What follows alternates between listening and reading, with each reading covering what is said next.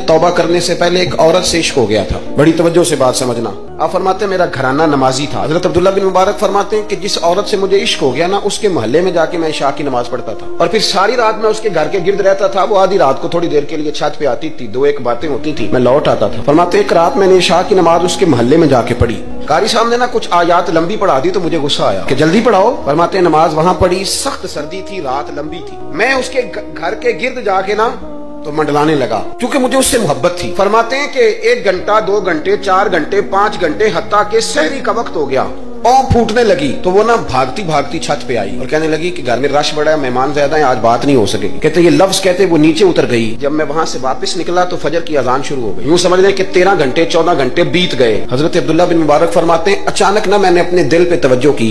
सारी रात वो आई नहीं थी पर मुझे उस पर गुस्सा भी कोई नहीं आया, मुझे वो बुरी भी नहीं लगी। सारी रात उसने खड़ा रखा लेकिन मेरे दिल से उतरी भी नहीं। कोई नहीं समझ आई आपको मेरी बात? फरमाते हैं कि फिर मैंने अपने दिल पे तवज्जो की तो मुझे समझ आई कि मुझे उससे खरा प्यार है, सच्चा प्यार है। यानी उसने आधा जुमला कहा कि मैं मजबूर हूं तो मैंने उससे मजीद ना कसम उठवाई ना गवाह मांगे, मैं उसकी वो मजबूरी भी फौरन ही मान गया। जनाब अब्दुल्ला बिन मुबारक फरमाते हैं कि जब मैंने वुजू करके मस्जिद में जाके 2 सुन्नतें पढ़ी ना तो मेरे अंदर से आवाज आई, अब्दुल्ला अगर एक बीबी के लिए तू सारी रात खड़ा रह सकता है और उसकी सख्त बात सख्त इंतजार भी तुझे गुस्सा नहीं दिलाता, अगर औरत के इश्क में सारा कुछ हो सकता है तो रब रसूल के इश्क में भी हो सकता है।